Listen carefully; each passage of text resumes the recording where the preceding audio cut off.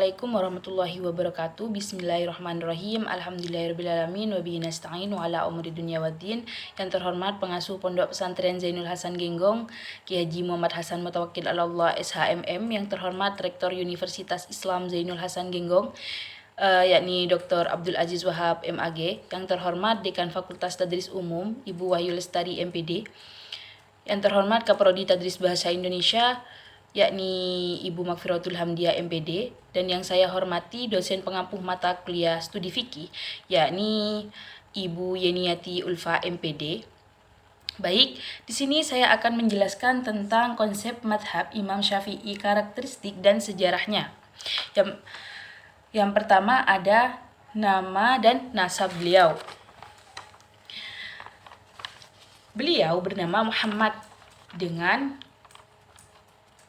kunyah Abdullah. Nasab beliau secara lengkap adalah Muhammad bin Idris bin Abbas bin Utsman bin Syafi'i bin Asyaib bin Ubaid bin Abdul Zaid bin Hashim bin Al-Muttalib bin Abdul Manaf bin Qusay.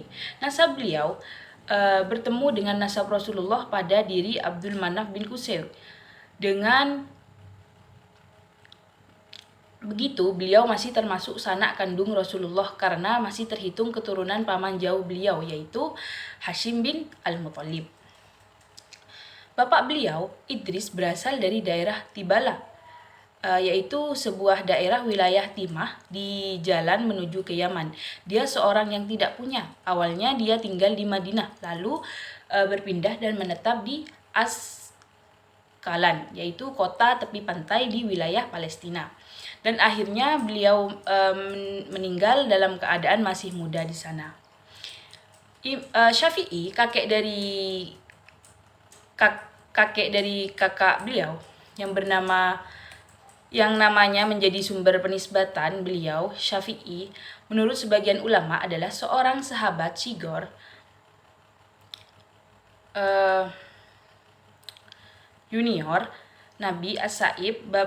Bapak Imam Syafi'i sendiri termasuk sahabat kibar senior yang memiliki kemiripan fisik dengan Rasulullah SAW.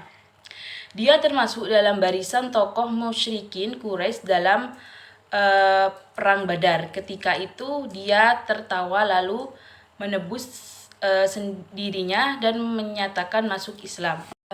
Selanjutnya ada waktu dan tempat kelahirannya Imam Syafi'i. Beliau dilahirkan pada tahun 150 Hijriah. Pada tahun itu pula Abu Hanifah wafat, sehingga dikomentari oleh Al-Hakim sebagai isyarat bahwa beliau adalah pengganti Abu Hanifah dalam bidang yang ditekuninya.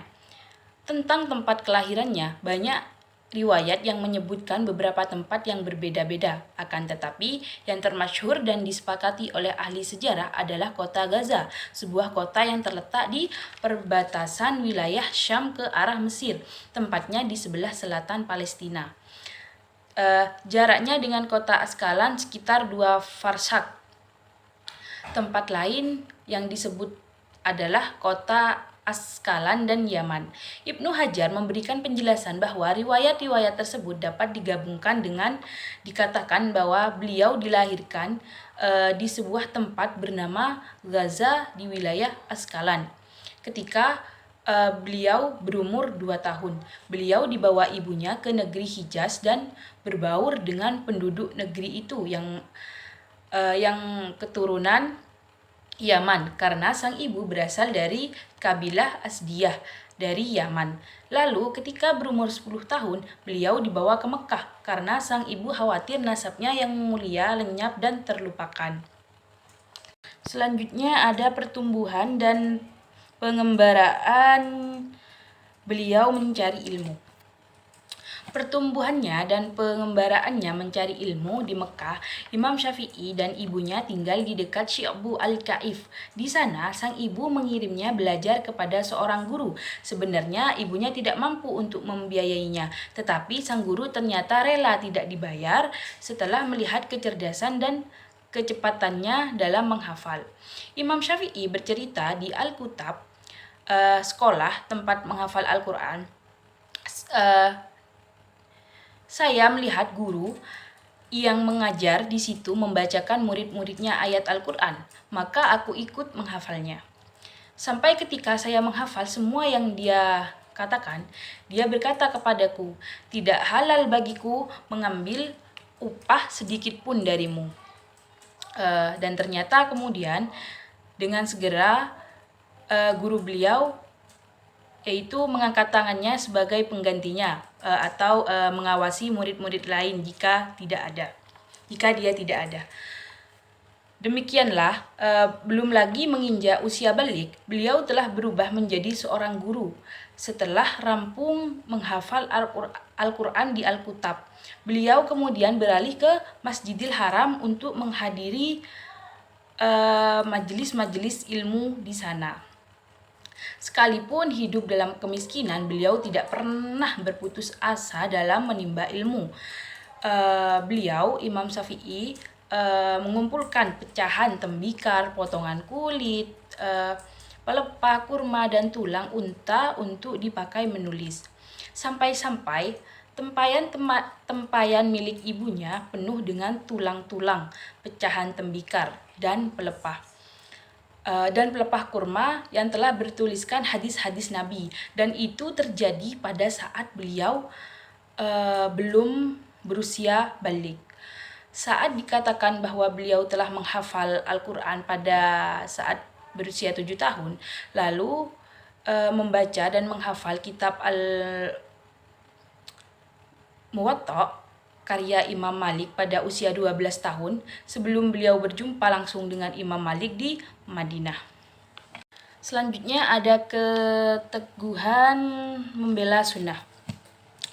Keteguhan membela sunnah sebagai seorang yang mengikuti manhaj ashabul hadis, beliau menetapkan suatu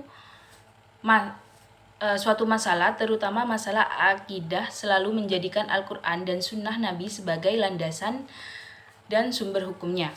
Beliau selalu menyebutkan dalil-dalil dari keduanya dan menjadikan hujjah dalam menghadapi penantangnya, terutama dari kalangan ahli kalam. Beliau berkata, "Jika kalian telah mendapatkan sunnah Nabi, maka ikutilah dan janganlah kalian berpaling mengambil pendapat yang lain." Karena komitmennya mengikuti sunnah dan membelanya itu mendapat gelar Nasyir as-Sunnah wa al-Hadis.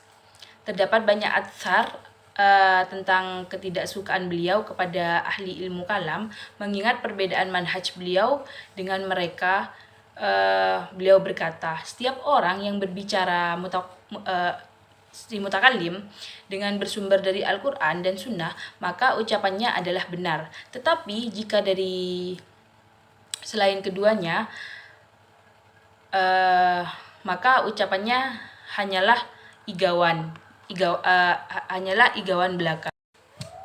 Selanjutnya ada wafatnya Imam Syafi'i dan karangan Imam Syafi'i. Wafatnya Imam Syafi'i di sini karena kesibukannya berdakwah dan menebar ilmu. Beliau menderita penyakit bawasir yang selalu mengeluarkan darah. Makin lama penyakitnya itu semakin bertambah parah hingga akhirnya beliau wafat karenanya. Beliau wafat pada malam Jumat setelah sholat Isya, hari terakhir bulan Rajab permulaan tahun 204 dalam usia 54 tahun. Semoga Allah memberikannya rahmat yang luas.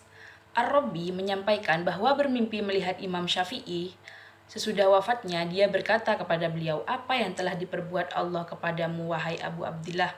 Beliau menjawab, "Allah mendudukkan aku di atas sebuah kursi emas dan menaburkan pada diriku mutiara-mutiara yang halus." Selanjutnya ada karangannya beliau. Sekalipun beliau hanya hidup selama setengah abad, kesibukannya melakukan perjalanan jauh untuk mencari ilmu. Hal itu tidaklah menghalanginya untuk menulis banyak kitab. Jumlahnya menurut Ibnul Zulak mencapai 200 bagian, sedangkan menurut Al-Marwazi mencapai 113 kitab tentang tafsir fikih. adab, dan lain-lainnya. Yaqut Al-Hamawi mengatakan jumlahnya mencapai 170 kitab yang judul-judulnya disebutkan oleh Ibnu An-Nadim dalam Al-Farahsyad. Yang paling terkenal di antara kitab-kitabnya adalah Al-Um yang terdiri dari 4 jilid berisi 128 masalah, dan Ar-Risalah Al-Jadidah atau yang telah direvisinya mengenai Al-Quran dan As-Sunnah serta kedudukannya dalam syariat. Baik, mungkin itu saja yang bisa saya sampaikan. Kurang lebihnya saya mohon maaf. Wabillahi taufiq wal hidayah. Assalamualaikum warahmatullahi wabarakatuh.